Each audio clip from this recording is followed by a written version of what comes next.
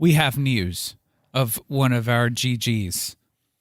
Would you like to hear the news? Yeah. Of course. All of you here and everyone else out there in the world. 7. The GG. 7. Oh. Like Guess grape. I got it. Yeah. Sorry. Like Hall of Fame guest graper. He and his wife just purchased the tattoo shop in town. He's been at for like 15 years. Mm-hmm. And it's theirs now. So They're their own thing. So what was once roustabout Yes. is now Three Ring No. Circus. I think so. No, unless Three Ring Circus owns Three Ring is the LLC that owns it. Roustabout. So it's still Roustabout. Yeah, Okay. it's still Roustabout. Okay. So Roustabout is now a Three Ring LLC Subsidiary. company. Yeah. Yes. And that is Owned. owned by 7. Attaboy, Yeah. 7. So by extension, we own a tattoo parlor, baby. We do. Yeah, that's how this works. That's how it works. We definitely have a sticker in there on his mirror. See? And I put a little like microscopic text that anything that sticker is applied to is now property of Nerd Grapevine LLC. So every time you've had that stuck to your butt cheek, I mean, I was gonna say it's been stuck in places. that are now mine.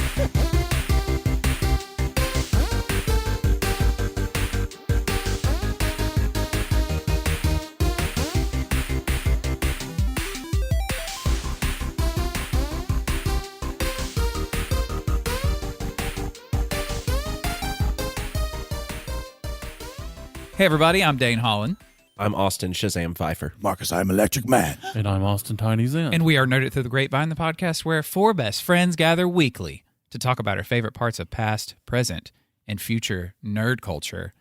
Are we traveling to the past today, Tiny? Is this we what are. you? Is this we what you are wanted traveling to to the past today. do? Yeah. Many people that know me know that I love history and I find it very entertaining. Mm-hmm. Now, don't come at me asking specific dates when documents were signed and like when was the first time Ulysses S. Grant took a poopy. I don't know. I can't tell you that.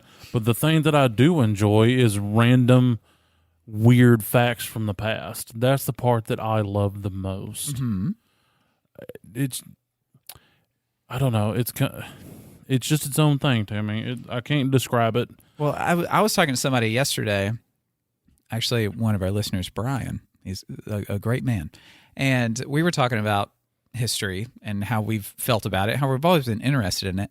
But I described dates to me when learning about history. It's like whenever you meet someone for the first time, they say, "Hi, my name is," and then your brain just goes complete static when they say what their name is. And you don't remember it even the second after they say it. Like it's gone forever. It's just gibberish. Yep. That's dates to me.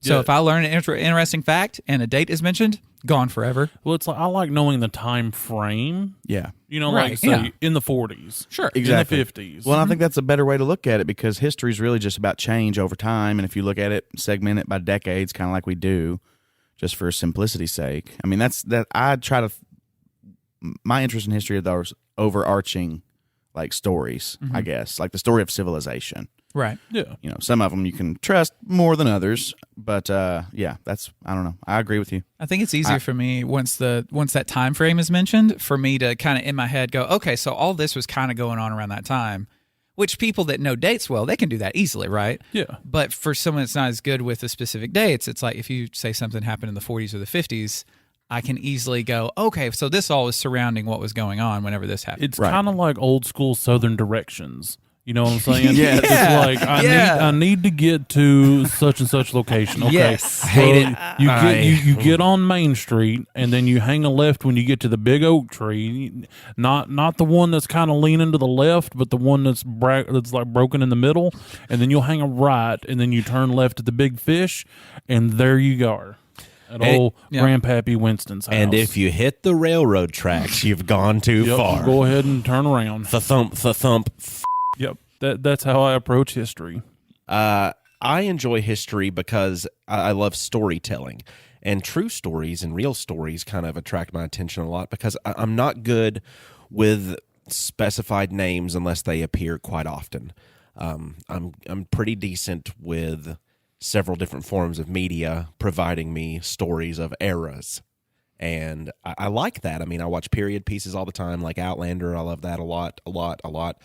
And that's based in like 1700 Scotland and England and the Revolutionary War happening in America. And I really enjoy that stuff. I mean, the World War II stuff, I really got into that for a long time. Also because during American history class in high school, I just got really interested in historical stuff because I fixated on it a little bit. And you know how nerds be when we fixate. Mm-hmm. So all consuming. So once I started learning stuff about like World War II, and then I started getting into, even past presidents, even before that, and and Teddy Roosevelt and all this other stuff. That's just it stuck with me. I mean, even back into like 15th century England and stuff like that, from watching like the Tudors and all these other shows. Like, it's entertaining. Yeah, one of my favorite stories actually comes from World War II. The Polish military had a trained bear. His name was, don't quote me on this because pronunciations of foreign names. Good luck. It's not my forte, but his name was Wojciech. Okay. So the 22nd Airborne bought this baby bear from just these people that traded like vodka and cigarettes, all the prison type currency items. They traded that for this bear cub. So then they take him back to their camp, and they fed him milk in a vodka bottle and honey and beer, which beer became one of his favorite beverages over the course of time. Makes sense. And he grew up amongst the soldiers. And like, he learned how to salute when officers come by, and he would also smoke cigarettes with the fellas. What a good boy. So they would light a cigarette, hand it to him. He'd take about a puff or two, and then he'd just eat it. Sounds like Marcus. Yeah. So that was how he would, smoke with his brothers. Well, war happens, and his unit was like an artillery unit. I said the wrong name of the unit, but anyway, 22nd Artillery Unit. Okay. So they had to carry cases of artillery rounds to guns to shoot at enemies. Well, Wojciech had watched like 4 people carry these cases, and he goes, you know what? I'm a big-ass bear. I can just carry one. So he started grabbing the cases and carrying them one whole case at a time by himself over to the guns. So in doing so, he achieves the rank of corporal. And so there's literally human beings a lower rank than the bear. So, I mean, realistically, if the bear goes, hey, I want you to pet me, you have to, because now you're required. He's a higher rank than you. Yeah. He captured a German spy that had joined their camp because, everything going on, it'd be easy to slip in and out. Well, the German was taking a shower in the camp shower, and he comes by and he's like, I don't know you. And so he captures the guy and drags him off to his unit commander.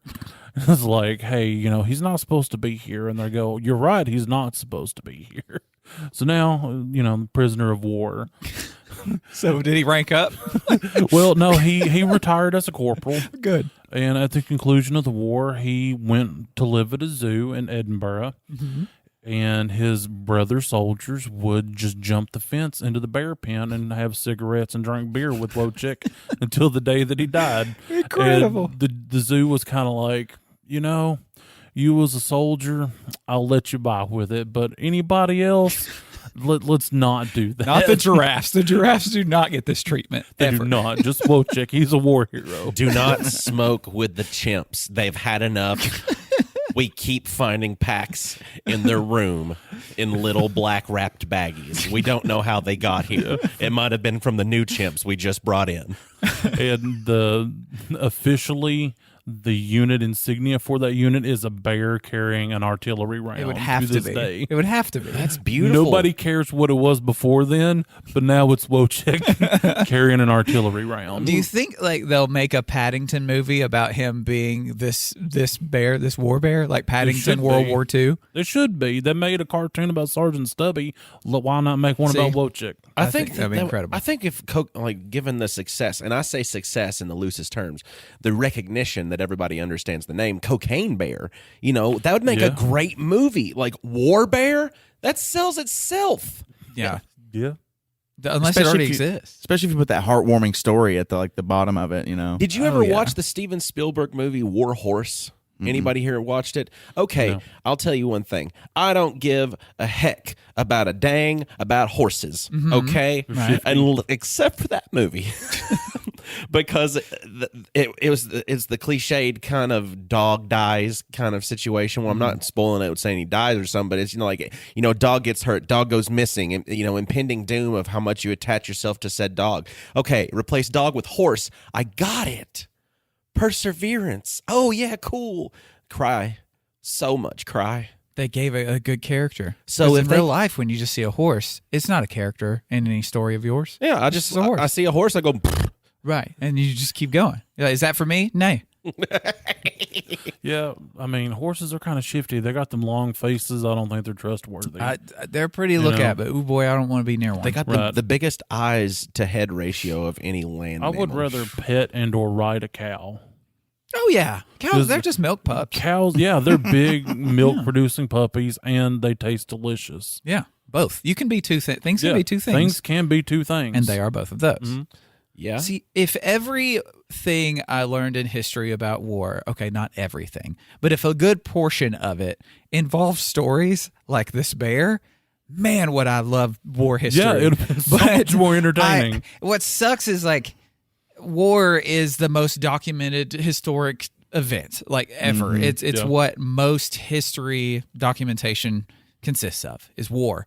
And it bores me to absolute death, regular war stuff. I've never gotten into it, and I know that's a fascination for a lot of people. Right, this flank take the other flank down in Georgia, and then they outflank them on the North River, and names of generals, it's hard and all this stuff, and military it's cool, though. strategist historians. Strategist historians. Those are the sports nerds of the history world. They are.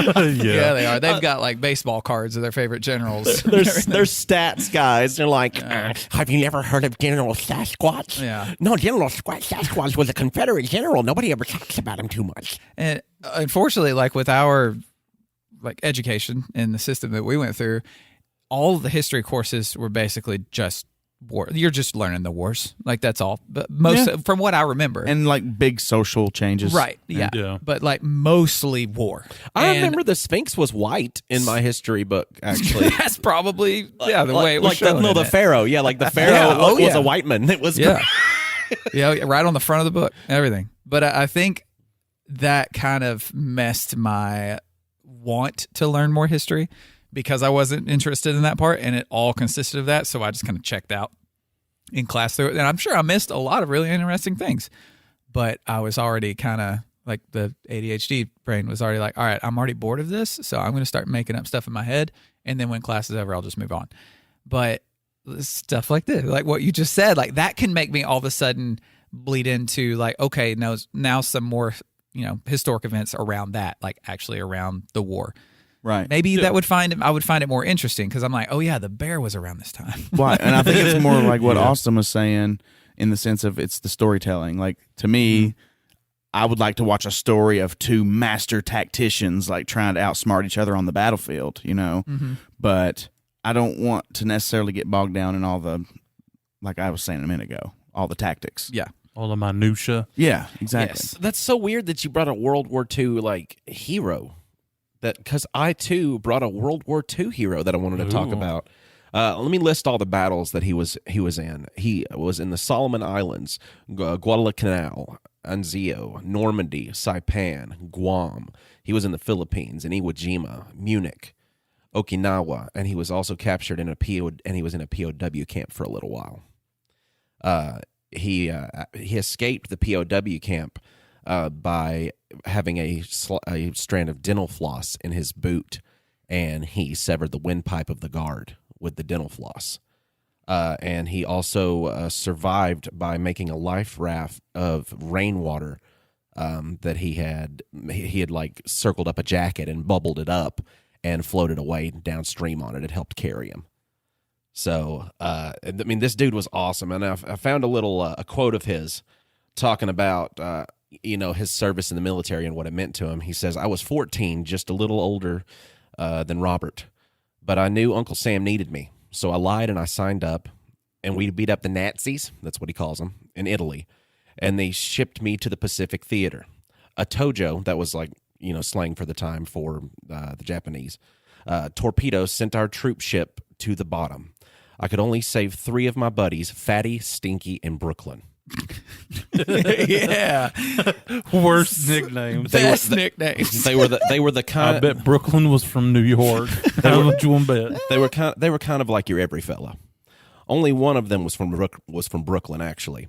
Out of the sun, the Tojo Zero put 50 bullets in my back. The blood attracted sharks, and I had to give them Fatty. Is this Cotton Hill? Then things took a turn for the worse. I made it to an island, but it was full of Tojos. They were spitting on the U.S. flag, so I rushed them, but it was a trap. They opened fire and blew my shins off. Last thing I remember, I beat them all to death with a piece of Fatty. I woke up in a field hospital, and they were sewing my feet to my knees. I killed Fitty Man. As soon as you said Fitty, I was like, oh no, wait a second. I was in it for a minute, then I'm like, wait, all of this is. I was like, Fatty and Stinky. Boy, that sounds familiar. These dots are connecting. I hate you. Honestly, go on record that I hate you. Honestly, though, all of the stuff that Cotton Hill was quote unquote involved in, I mean, let's go into this a little bit. And Cotton Hill was one of my favorite characters in King of the Hill. He absolutely reminded me of my grandfather because my grandfather was a Korean War veteran. He was just as, I guess, racist and mean towards everybody that wasn't a white American. Even though he didn't really mean bad, that's just how he was just programmed. That sounds like an excuse. But anyway, Cotton said that he climbed the cliffs of Normandy with a 50-pound ice cream maker on his back. In Saipan, he led a platoon of men through the jungles. In Guam, he crawled through a minefield to retrieve General MacArthur's corncob pipe. Let's see. In Iwo Jima, he spent 2 weeks under a pile of bodies that he had killed.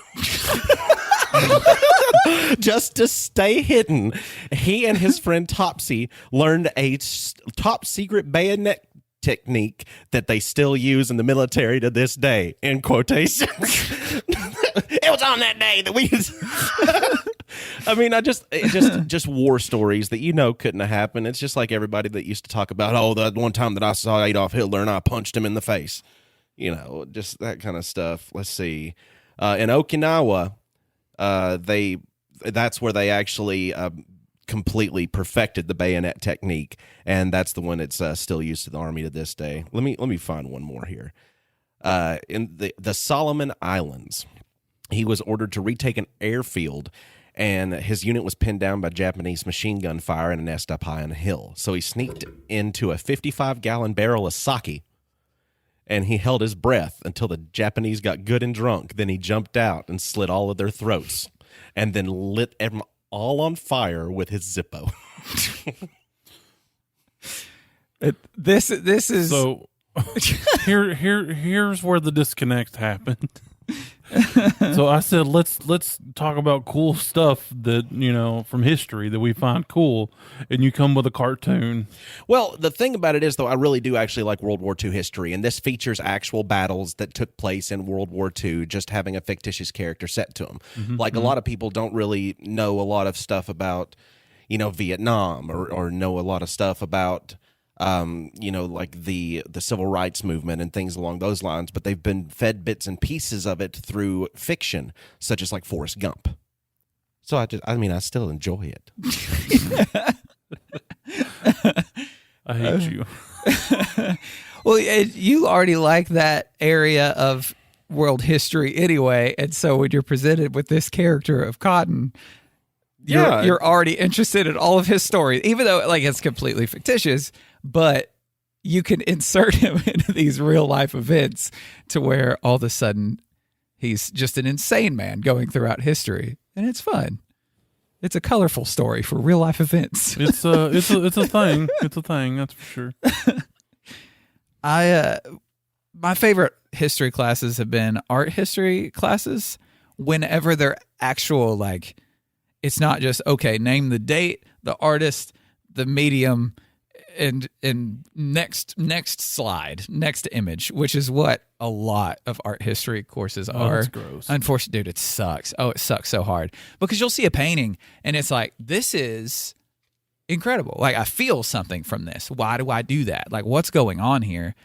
And yet, basically, all you get is this short little example of like, okay, this is why this was painted or why it's important. And then you get the artist, the medium, the date, move on. Now you got to do that to pass the test. And it's like, no, like, why? What was the life story of this artist? Like, what made them make this? Like, who commissioned them to do this? And luckily, there was one that had come up in my art history class that I was really, really interested in. And it's from the artist Oscar Kokoschka. Have you guys ever heard of Kokoschka before? No. Well, he had got kind of popular for doing his paintings, and his stuff is really neat. But anyway, that led him to meeting this woman that he kind of fell just madly for. And she was already in a relationship with like a famous composer at the time, but they were having an affair with one another. And she was all like, she pulled his strings left and right for everything. Like, just whatever she wanted him to do, he would do it. And then she eventually dumped him. Like, he had to go to war and stuff. And then he did this weird thing to where he had a doll of her made, a life-size doll of this woman made for him. As you do. As you do, because he was losing his mind and he really wanted to be back with her. She was like, I'm not feeling it. I'm into some other people now. But what's really neat is that there's an actual, like the letter that he sent to the person making the doll, like there's an excerpt from that letter. Would you guys like to hear the instructions that he was given when making this doll of this person that he fell for? Yesterday, I sent a life-size drawing of my beloved, and I ask you to copy this most carefully and to transform it into reality. Pay special attention to the dimensions of the head and neck, to the rib cage, the rump, and the limbs, and take to heart the contours of the body, e.g., the line of the neck, to the back, the curve of the belly. Please permit my sense of touch to take pleasure in those places where layers of fat or muscle suddenly give way to a sinewy covering of skin. With me so far? That's some serial killer There's shit, more. man. For the first layer inside, please use fine curly horsehair. You may buy an old sofa or something similar. Have the horsehair disinfected. Then over that, a layer of pouches stuffed with down, cotton wool for the seat and breasts. The point of all this, for me, is an experience which I must be able to embrace with an exclamation point. So basically, now hold on. What time frame is this? This happened in around 1918. Okay, so Tiny, get that cowbell because in 1918 the first real doll was assembled. I mean, that's where I was going. So basically, this guy commissioned this artist, hey, I'm going to send you a very detailed nude drawing of somebody who wants nothing to do with me anymore, but I still want to be able to sex it real good. Yeah. And if you can make the most pleasing areas the scratchiest thing that I can think of, that's what I want. Please do that. It's ribbed for his pleasure. I want to be a real girl. But do you guys want to see an image of this? Yeah, I'll let you know. It's a horror show. I don't want to, but we're gonna do. Anyway. Take a look at that. We'll probably post this in our Discord. You can scroll a little bit, just get a real good look at that. If you want at home while driving down the road and not on your cell phone, would like to Google Kokoschka doll, this is probably the first thing that'll come up for you. How do you feel about it, Tiny? Is it it's like a nightmare? Yeah. I mean, it's a nightmare. I don't think I'm going to sleep very well tonight after seeing this horror show. From what I remember, he was pretty happy about it. I mean, I will say, I do appreciate the fact that he likes a more filled out, voluptuous lady. That's, Need more room for the horsehair. Exactly. So literally more cushion for the pushing. Literally. Quite literally. If we got more stories like this of all the artists throughout history, Like, I think everybody be a little bit more interested in art history. Kokoschka is now in my brain because, I mean, Van Gogh cut off his ear, but Kokoschka straight up, he made love to a pillow with his wife's face on it. Well, so not even his wife. No. Just some lady he used to date just that a no girlfriend. longer wants him. Yeah. A girlfriend who had a husband. So she was alive. Oh, yeah. Oh, yeah. She around. That part just passed right through my head. She did as she pleased with whomever she pleased while she was married to whomever she felt like. And he was one of those people within that line of men. And, boy, she got herself a crazy one. And from what I remember,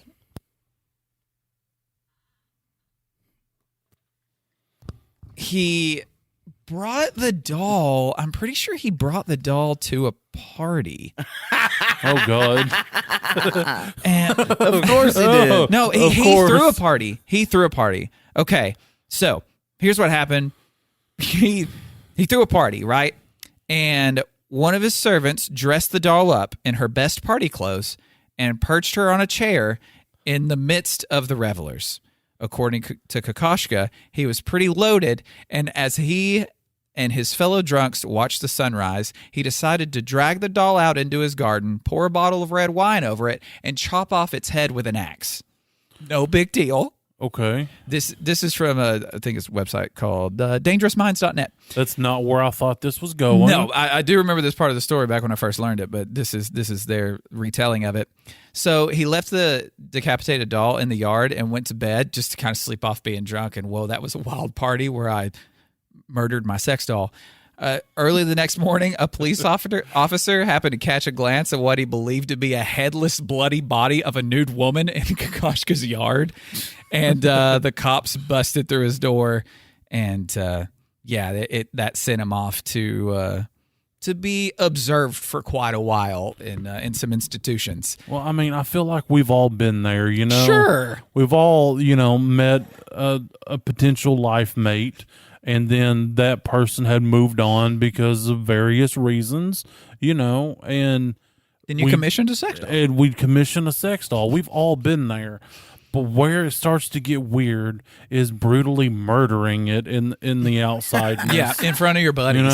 I mean, Man. Maybe it just didn't hold up very well, but if the lady he was going after looked like a gypsy witch, then he pulled that off perfectly with that doll. It looked like the thing that would curse you for not paying it what it asked you for the small trinket. She could have been a cryptid. Like, if that's what she actually looked like, let's say the person that made that doll did a spot-on perfect job, and that's what she really looked like. I'm thinking she was a cryptid and got in his head, and I think she sent him where he went. She could have been a banshee. Right? She could have been a banshee. I didn't even think about a banshee. I didn't either. She could have been a banshee. Her siren. Yeah, because they have that siren effect that they can actually manipulate men's minds with it. And so the scream of the banshee isn't always something that's, abrupt and, horrific. It's like a song that's whispered sometimes. Yeah. So that, Oh, my God. Ooh, like a succubus. Yeah. So that's same idea, like coercing you into certain acts to be able to drain your life force. Okay. right.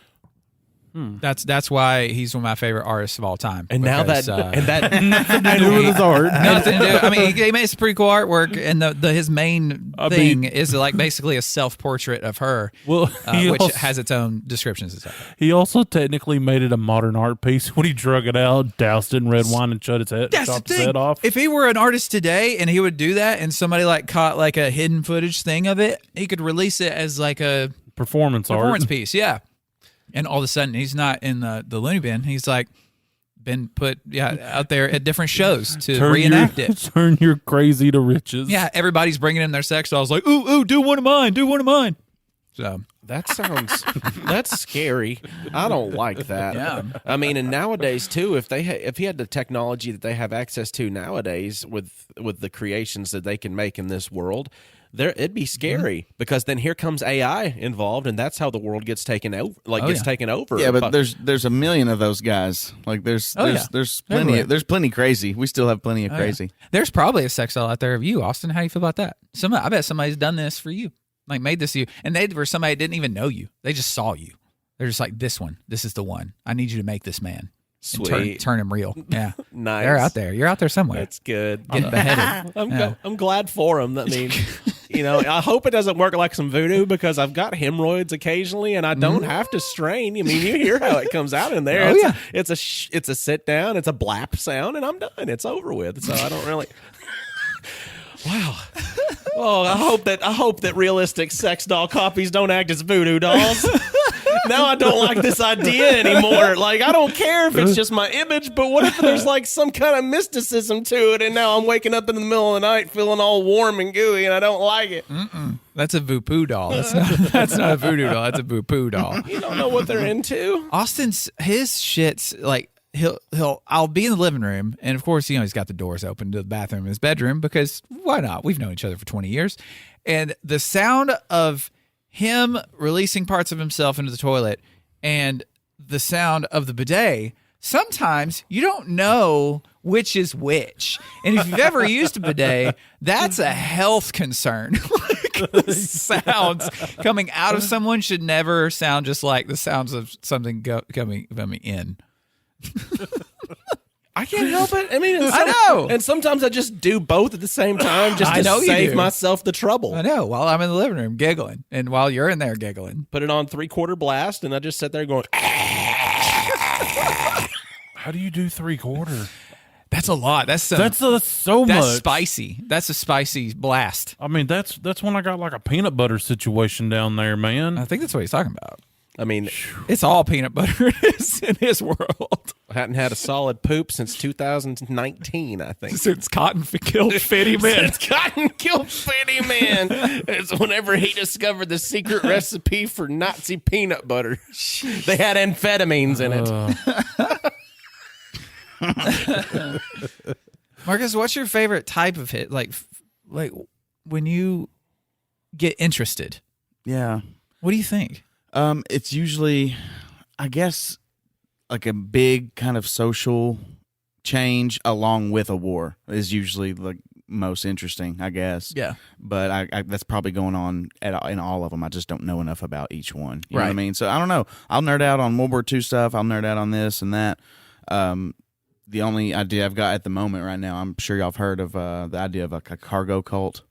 Have we talked about that on the podcast before? A cargo cult? A cargo cult. So during World War II, there was like some of these islands out in the South Pacific and stuff, or I don't know, somewhere out there in the that theater in the ocean. Yeah, and that had never seen outsiders before, and so all of a sudden you've got these airdrops of this military equipment. You've got these people flying in on jets, and actually, I think some of the Japanese tried to get like their compliance, but then the Allies came at some other point and basically stopping to drop off supplies and make camps. I don't know the exact story, but essentially these tribes just started kind of mimicking what they saw because they saw how powerful and how much resources they had at their disposal, and these charismatic people walking off of these jets and stuff and started trying to mimic it, and like even trying to like make radios and stuff out of coconuts and pineapples and stuff.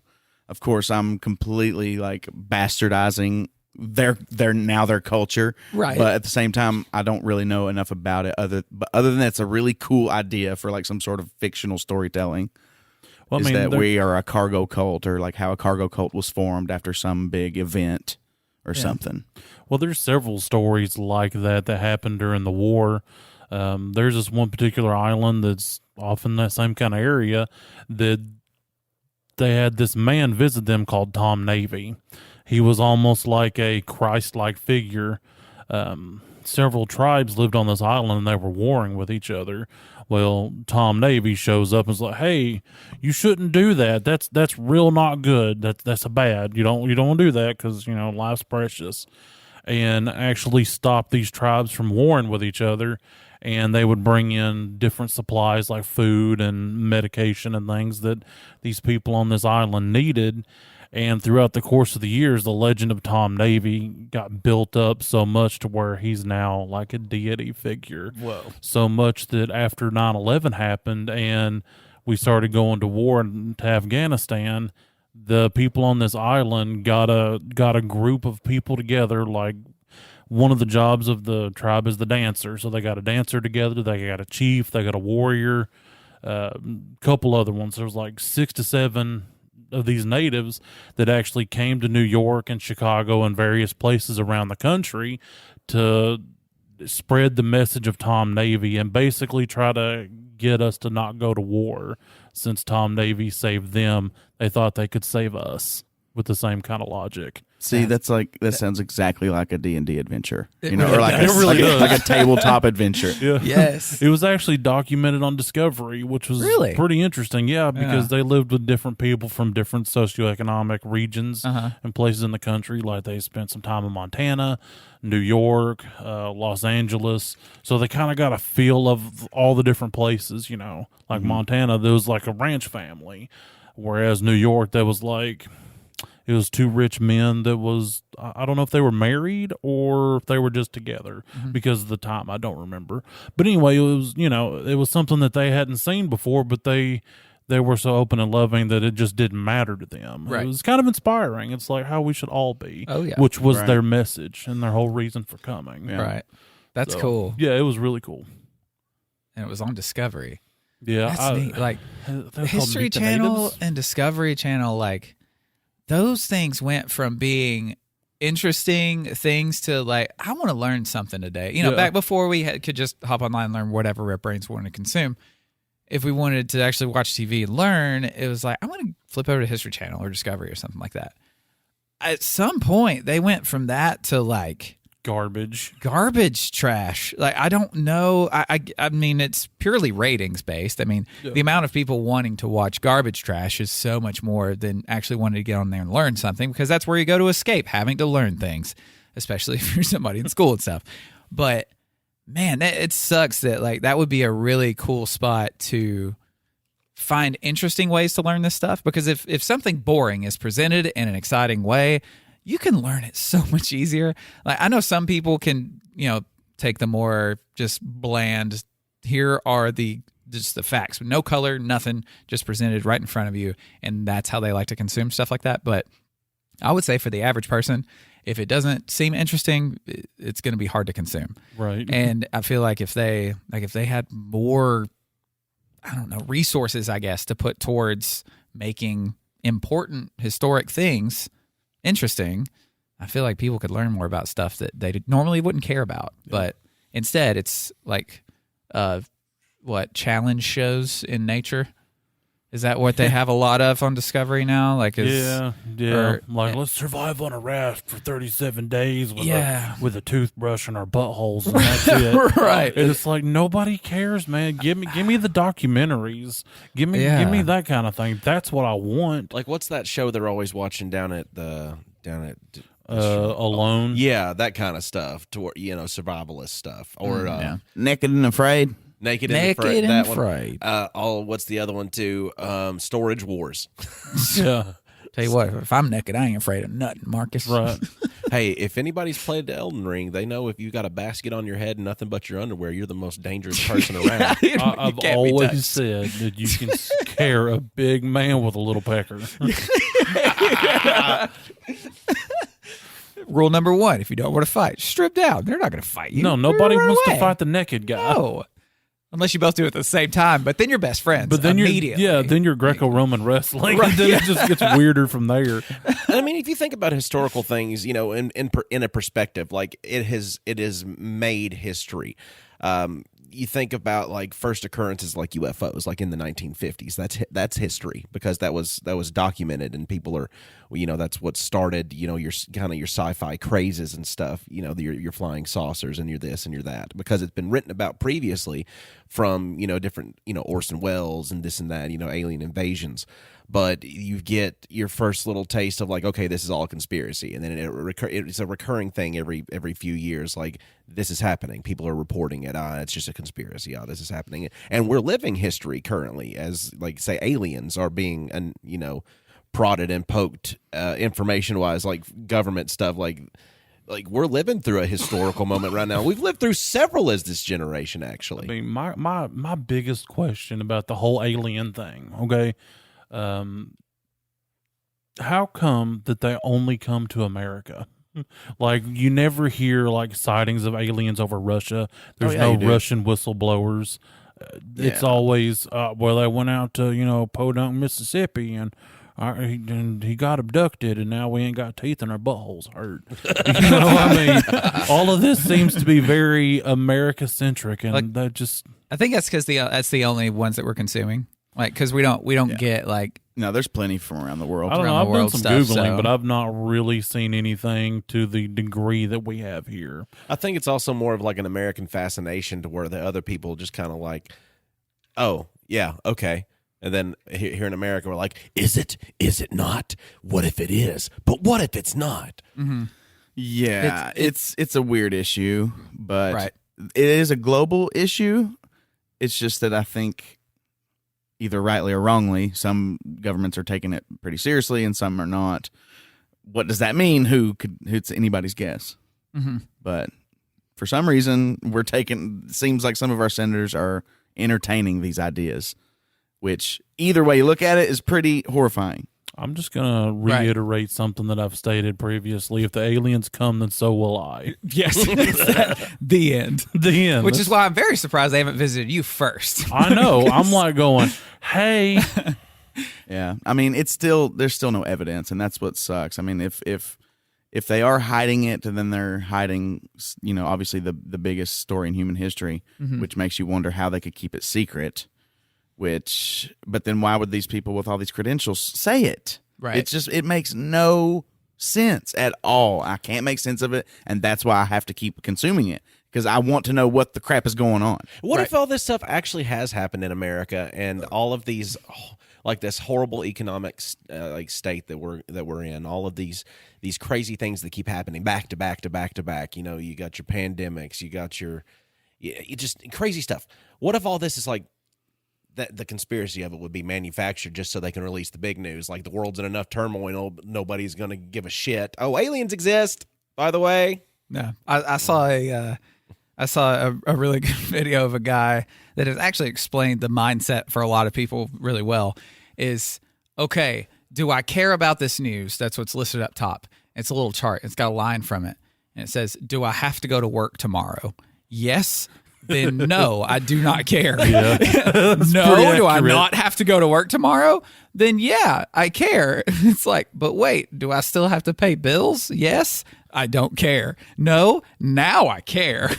And it was funny, and it was represented in a very funny manner, but it's also very realistic as to what most people are like. They're like, okay, whatever. There's like aliens. I still have to wake up at 6 tomorrow. Like I still have a mortgage I can't afford. But- like, it doesn't matter. But if they were to actually like perform some sort of like UFOs-ologist dream disclosure, Yeah. then I think people would start to feel that shock. Oh, for sure. And it would start to weigh on them. Yeah. Yeah, you can only be desensitized to a certain point of the thing being so big and in front of your face that even being desensitized to the idea of it all just vanishes, and then all of a sudden it becomes something you can't fathom right in front of your face. Right. Yeah. Well, even if you take the hippy dippy like route and just say like, oh, well, they're benevolent and they're here to help us and to teach us how to get free energy. Like, even if that's true, it's still going to be very hard on humans because, as we've seen, how people react to big world events. They don't always react the best. Right. So if something that big, it would be it could get scary. It could get pretty Yeah. scary. Well, but something in my head like that I equate part of it to is thinking back to like the way people reacted to Elvis in person. Like Elvis was an idea. Elvis was something that you hear. Elvis is a legend. Like you can't fathom that person being a real entity. And then you go and see them in front of your face performing, and people are passing out. People are having heart attacks, like aneurysms. Like all this kind of stuff is going on because they could not fathom this human being a real person, and they're there in front of it, and it's there in front of their face. Now multiply that to the 1 billionth for, another living being that isn't, one of us. It doesn't look like us. That's not from this planet. And I feel like the same reaction would take place, but to an nth degree, to an extent. So are you saying that if we have extraterrestrial biologicals show up here, that they're gonna dance like the devil, 100%, have big tall hair, and wear white leisure suits and drive pink Cadillacs? Absolutely. Like, that's in my head. That's exactly Oh why my I see gosh. it. I'm kind of okay with that. I can see the scene now. Like the spaceship lands, you get the hiss. It's dropped to the ground. There's the fog rolling out. Engine revs. You see 2 headlights. You hear the click of the radio. Rev the engine. It pulls out. Bright light city, gonna set my soul on fire. I'd be in the front row taking my shirt off. Viva Las Vegas. Viva. Hell yes. Oh, that's perfect. I just feel like their language would sound more squishy, though. Nah. Elvis was an alien. Yeah, that's what all this is adding up to. Well, I mean, either that or he's a gardener that still works at Graceland. That's another theory. I like that. Like, I've seen the picture. That's a good The conspiracy. man does kind of look like an old Elvis.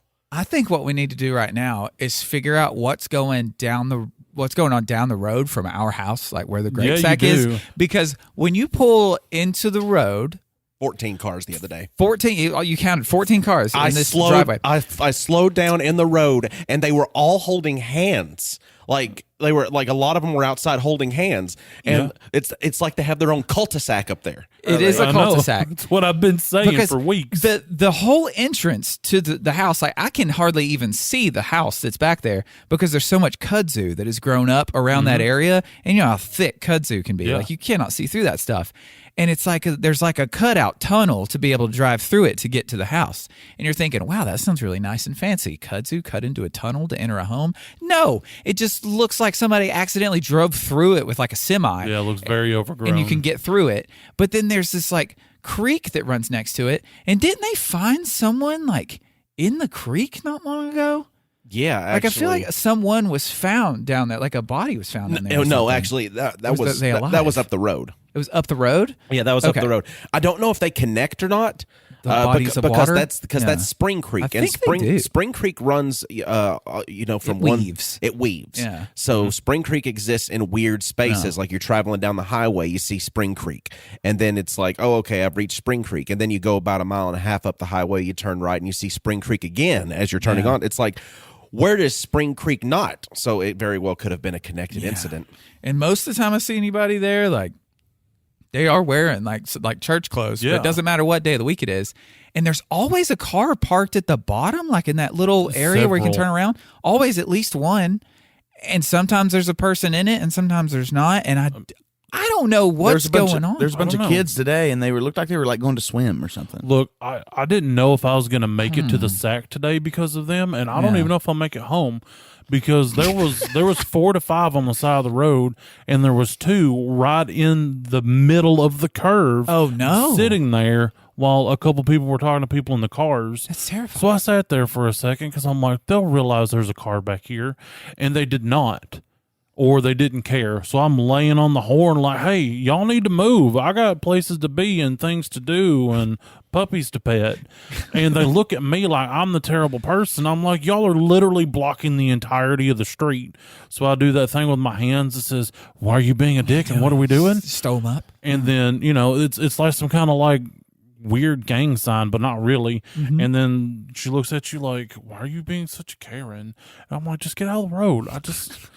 So I didn't know if I was going to be like targeted for assassination or whatever kind of ritual that they have going on. Yeah. But it was kind of sketch city me coming in today. And that is a death curve. Like you cannot see around that curve. And yeah, I don't know if it's something, if you break down, because that's a perfect little spot right there on that turn to break down and pull off to the side. Mm-hmm. I wonder if that's how that's how they get you. I wonder if that's when the cars are there. Like, because it's never the same car there. I've never seen the same vehicle sitting there in that same spot at the end of that. We should infiltrate. Yeah.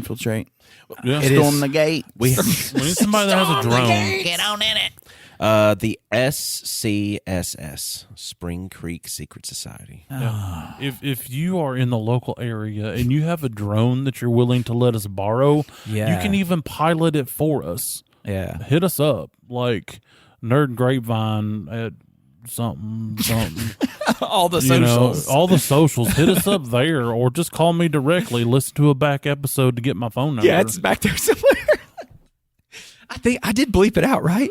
I hope I bleeped it out. I think you did, Maybe I but didn't. Okay. maybe people can hear through All right. bleeps. I don't know. My guess is there's some kind of Bermuda Triangle situation going on to where as soon as you got a drone over it, it would just immediately black out. Like you wouldn't be able to see any of the footage. Also, we'll need you to sign a waiver that we're not liable to damages or your drone coming up missing.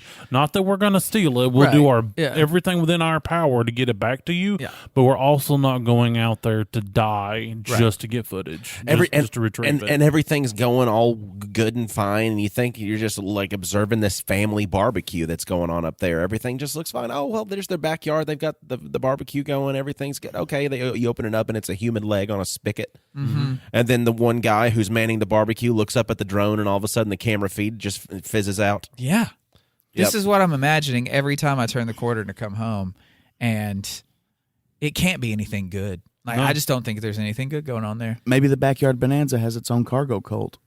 Oh, I didn't even think about that. Wow. Yeah, we've gotten big locally if that's the situation. Yeah. Like that's as close as they could get to here. Or with they're us. a rival cult. But why would they not invite us? Well, that's the thing. Like, what if they want to consume us, like to become us? Maybe them being in the road today was a trap to get you. I mean, it could have been. Maybe the presence of a hat confused them. Yeah. I'm that can't be typically not a tiny. hat-wearing man. No, you're not. And today you have a skull cap on. I know, because my head's burnt. I wonder if you just Sunny if outside. you just drive over here as a juggalo from now on, if that'll give you like a natural like resistance to them or something. I don't know. Maybe. You're not drawn But towards I their tend to siren get pulled call. over when I do that. That's scary though, because what if he dresses like a juggalo and then Papa sees him driving down this narrowly sequestered road area that all his only lane to proceed forward gets cut off instantly by this kid that mysteriously stumbles out in the road, and he has to drive up that driveway, and he's trapped. Yeah, and then they eat me and they say I taste funny because I look like a clown. That was the whole joke. He did it. High five. Yeah. If any of you ever notice, hey, we haven't heard from the Grape Boys in a while. As soon as you turn onto the road that gets to our house, drive up the driveway and you'll find parts of us somewhere. I'm sure that the red HHR will be there, and all of its eagles completely silent. Well, I feel like that it would be fully dismantled because a car like that is so iconic that they're going to know, right. hey, that's Tiny's car. You're right. Yeah, there's no way you could keep that together and the pieces not be immediately be found. Yeah. Yours is like a red croc that drives down the road. It is kind of like a big red croc. It's kind of like a big red. That. The HHR is kind of like a big red croc. Mine's like a gray monostat pill for yeast infections. It's a suppository. Just for those that didn't know, but it's for the ladies out there.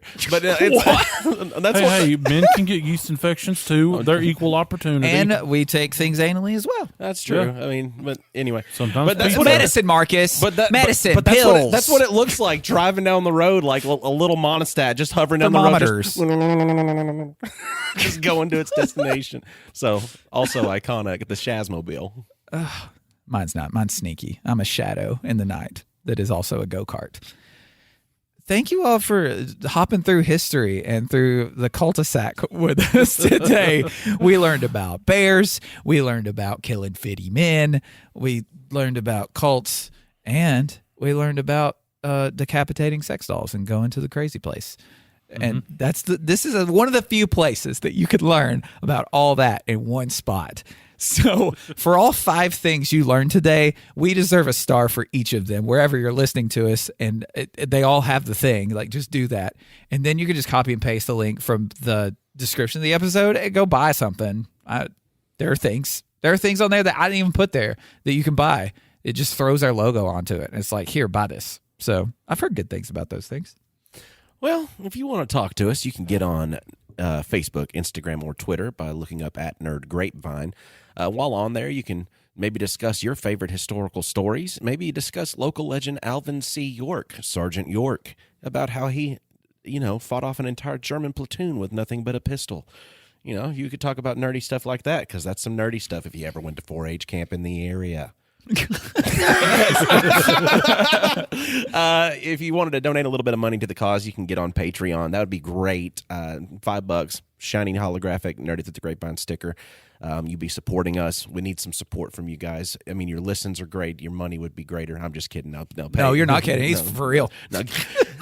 Give me money. Money buys us listeners. Give us money. Can we buy listeners? Probably. I bet that's what plenty of people do. I don't know. That'd be cool. We've not been able to buy them with 157 episodes.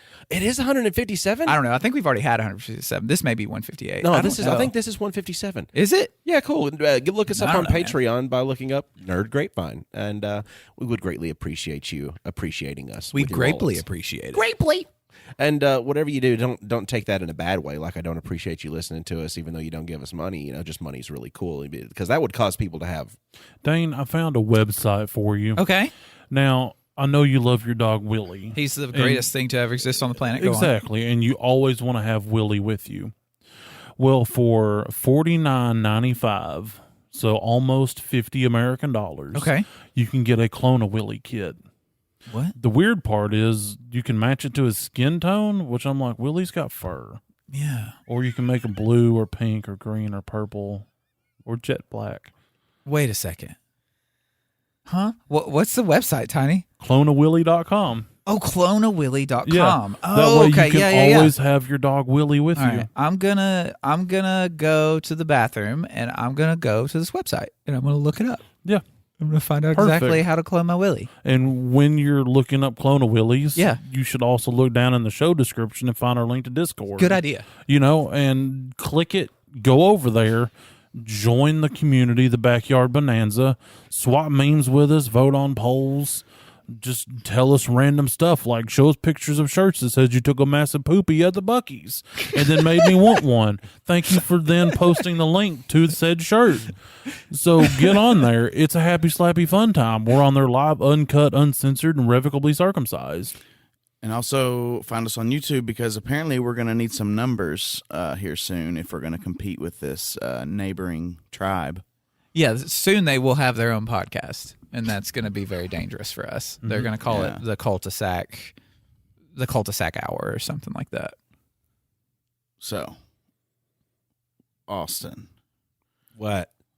When life gives you grapes. When life gives me grapes, I'm going to put them in the corner of a narrow road and make sure that I put out signs that say, "Don't crush the grapes."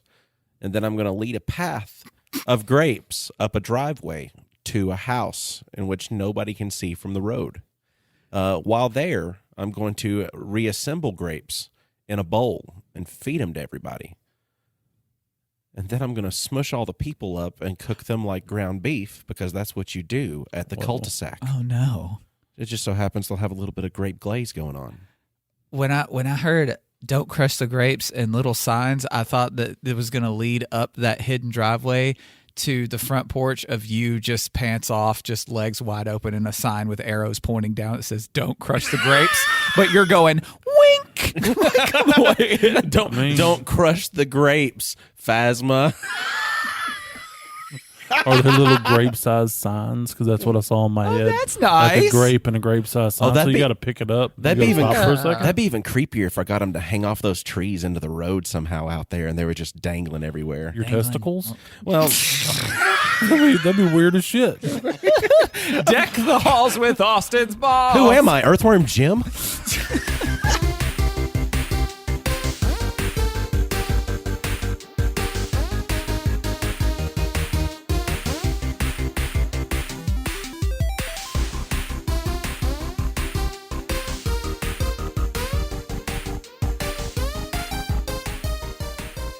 Then things took a turn for the worse. I made it to an island, but it was full of Tojos. They were spitting on the U.S. flag, so I rushed them, but it was a trap. They opened fire and blew my shins off. Last thing I remember, I beat them all to death with a piece of fatty. I woke up in a field hospital, and they were sewing my feet to my knees. I killed Fitty men.